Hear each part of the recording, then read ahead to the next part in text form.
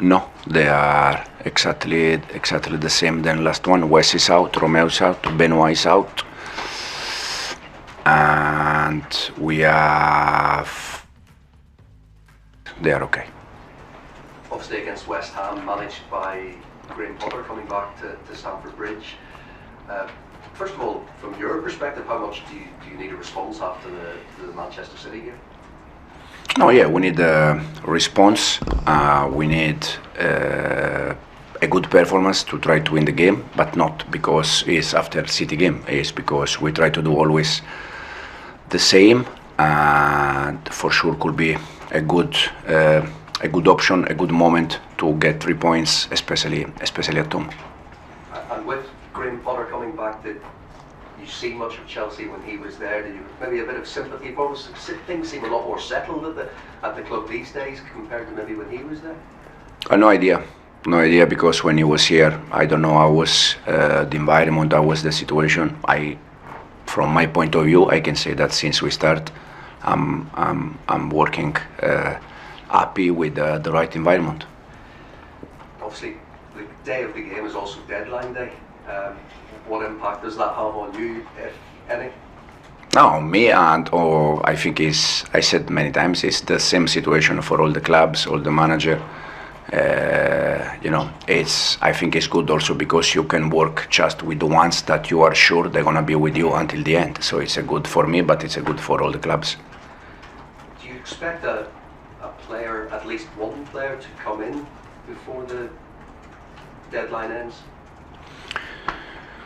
You can expect players arrive and you can expect player leaving. So it's like this in this moment. I don't have any idea about the ones that they can leave or the ones that they can arrive. Anything can happen. We see it.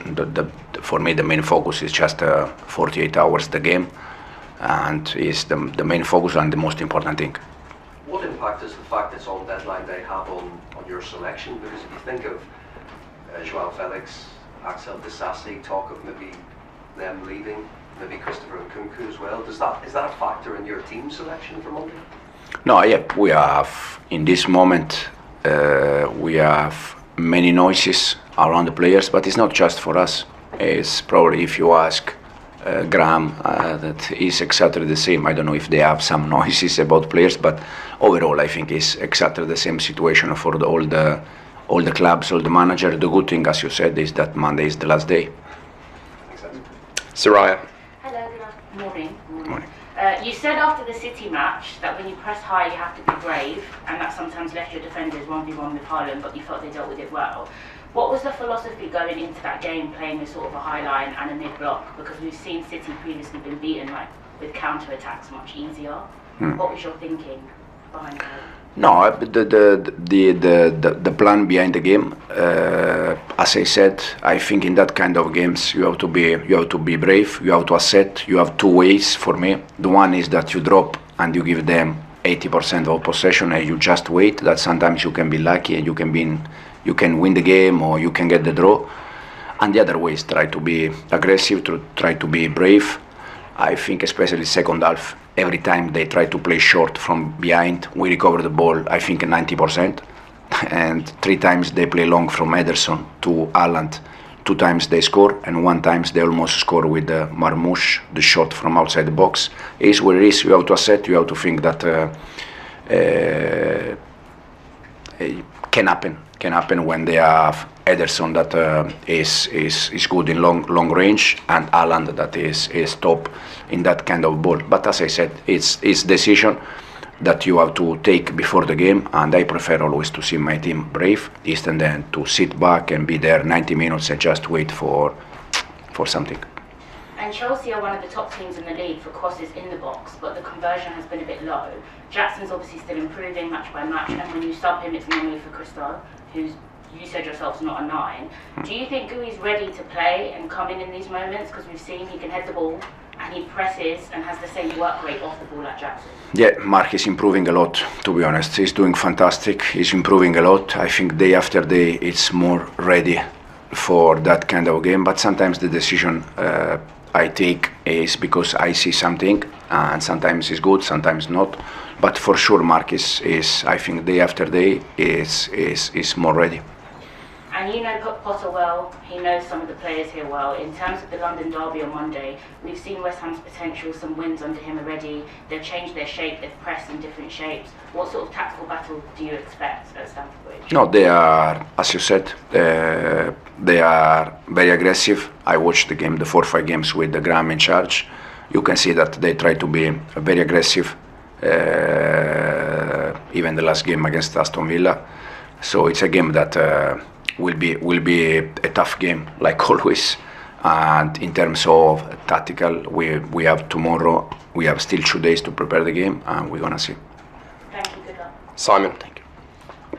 Hey Enzo, have you decided who's going to start in goal on Monday night? Will it be Rob Sanchez?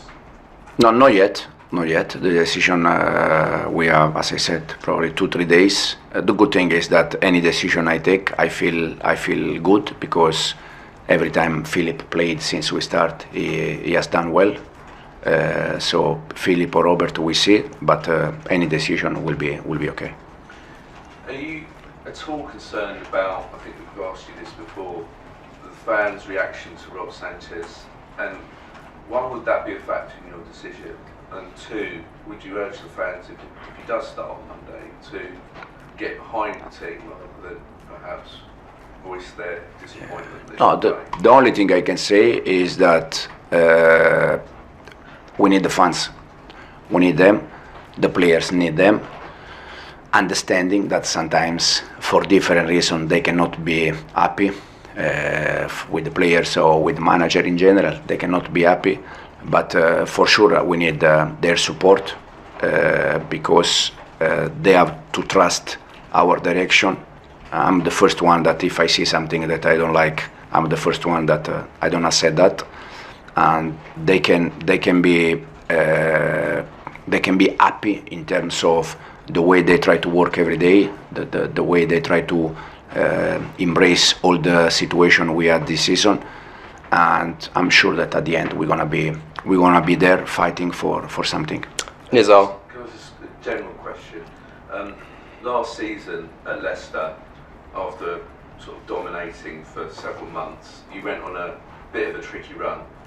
What did you learn from that period, and is that helping you now in terms of coping with this difficult run at Chelsea? Yeah, happened exactly the same.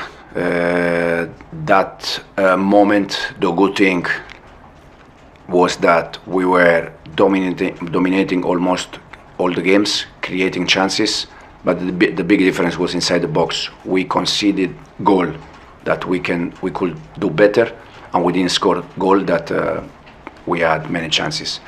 More or less here is happening the same, because all the games we had chances to score. Even the last game, I think after 10 minutes we can be 0-2, and probably the game is completely different. So for me, the big difference in this moment, I know that we struggle with the results in this moment. In the last 6 or 7, 8, I don't remember, we struggle with the results, but the performance is there. Probably in some games the performance has not been there for 95 minutes, 100 minutes that you need. That has been for 60 minutes, 70 minutes, 45 minutes, and you need to be there for 100 minutes. For sure, it's something that we need to improve. But for me, the big difference in this moment, in the last games, has been inside the box. We concede probably goals that we can avoid, and we could score the goals that probably in different moment we score goals. It's what it is. We need to continue and try to understand how we can improve these kind of things. Nizar. Enzo, Chelsea were in top form when you played Brentford in December, but then maybe there's a period where agents start to talk to players, they start to maybe have some offers and things like that. Do you think that's affected the squad? Because it seems like about 30% maybe of the players, they have these stories, these transfer rumours about them. 100%, affected the squad? 100% for me, yes. Could affect, but not only us, all the teams, because at the end, I said many times, they are human beings. And even if they say, no, I'm professional, I'm focused on this, at the end, if they are talking about you, about different clubs, probably the focus is not 100%. But as I said, it's not just for us. This can be something.